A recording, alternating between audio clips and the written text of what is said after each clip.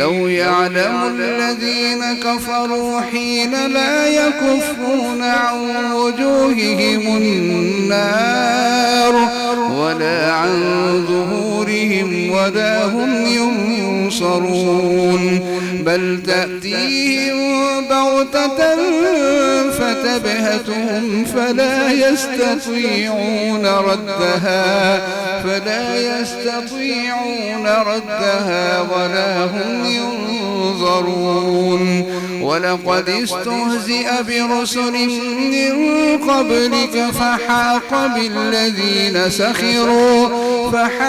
بالذين سخروا منهم ما كانوا به يستهزئون